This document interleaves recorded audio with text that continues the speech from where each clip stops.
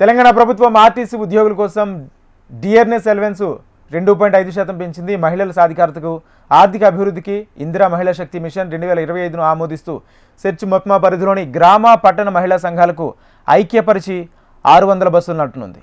దీని ద్వారా ప్రయాణికుల ఉపశమనం కలగనుంది. రేపు సీఎం రేవంత్ చేతుల మీదుగా ఈ కార్యక్రమాన్ని ప్రారంభించనున్నారు.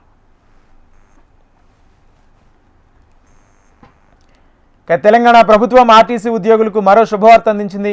రవాణా బీసీ సంక్షేమ శాఖ మంత్రి పొన్నం ప్రభాకర్ 2.5% డిఏను ప్రకటించారు. ఈ పెంపుతో ప్రతి నెల ఆర్టీసీపై అదనంగా 3.6 కోట్ల భారం పడనుంది.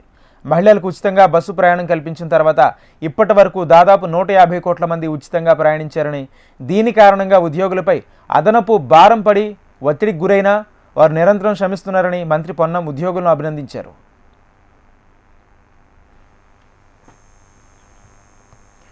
మహిళా సాధికారతను మరింత బలోపేతం చేసేందుకు తెలంగాణ ప్రభుత్వం నిర్ణయం తీసుకుంది. 1 కోటి మంది మహిళలను ఆర్థికంగా అభివృద్ధి చేసి కోటేశ్వర్లుగా మార్చే లక్ష్యంతో ఇందిరా మహిళా శక్తి మిషన్ 2025కు రాష్ట్ర కేబినెట్ ఆమోదం తెలిపింది.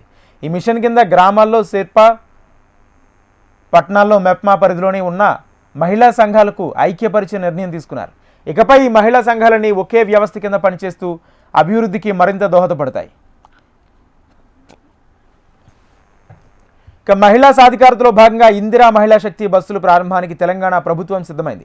మొదటి దశలో మండలి మహిళా సమైక్య సంఘాల ద్వారా 150 బస్సులు ఆర్టీసీకి అద్దె ప్రతిపాదికను అందించనున్నారు. తదుపరి దశలో మరో 450 బస్సులు చేర్చుతూ మొత్తం 600 బస్సులు మహిళా సంఘాల ఆధ్వర్యంలో నడపనున్నాయి. ఈ ప్రతిష్టాత్మక పథకాన్ని రేపు సీఎం రేవంత్ రెడ్డి మంత్రులు లాంఛనంగా ప్రారంభించనున్నారు. దీనిని పైలట్ ప్రాజెక్ట్ కింద ఉమ్మడి వరంగల్, ఖమ్మం, కరీంనగర్, మహబూబ్ నగర్ జిల్లాలో చేర్చారు. దీనిలో వీరిని భాగస్వాములు చేశారు. దీని ద్వారా బస్సు ప్రయాణికులకు ఉపశమనం కలగనుంది. మహిళల ఆర్థిక స్వేచ్ఛ, ఉపాధి కల్పన, సంపద సృష్టిపై తెలంగాణ ప్రభుత్వం ఫోకస్ పెట్టింది. కిషోర బాలికలు, వయోవృద్ధుల ఆర్థిక భద్రత, సామాజిక మద్దతు కోసం నూతన స్వయం సహాయక సంఘాల సభ్యుల కనీస వయసు 18 సంవత్సరాల నుంచి 12 సంవత్సరాలకు తగ్గింది. గరిష్ట వయసు 60 సంవత్సరాల నుంచి 65 సంవత్సరాలకు పెంచింది.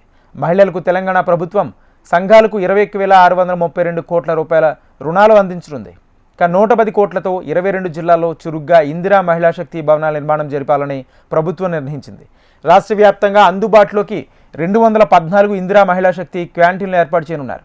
ఇప్పటికే గ్రామీణ ఉత్పత్తులను ప్రపంచ మార్కెట్లో అనుసంధానించడానికి మాదాపూర్లో శిల్పారామంలో 9 కోట్లతో ఇందిరా మహిళా శక్తి బజార్ ప్రారంభించారు. మహిళా శక్తికి మరింత ఊతమిచ్చేలా ఇందిరా మహిళా శక్తి మిషన్ 2025ను తెలంగాణ కేబినెట్ ఆమోదించింది.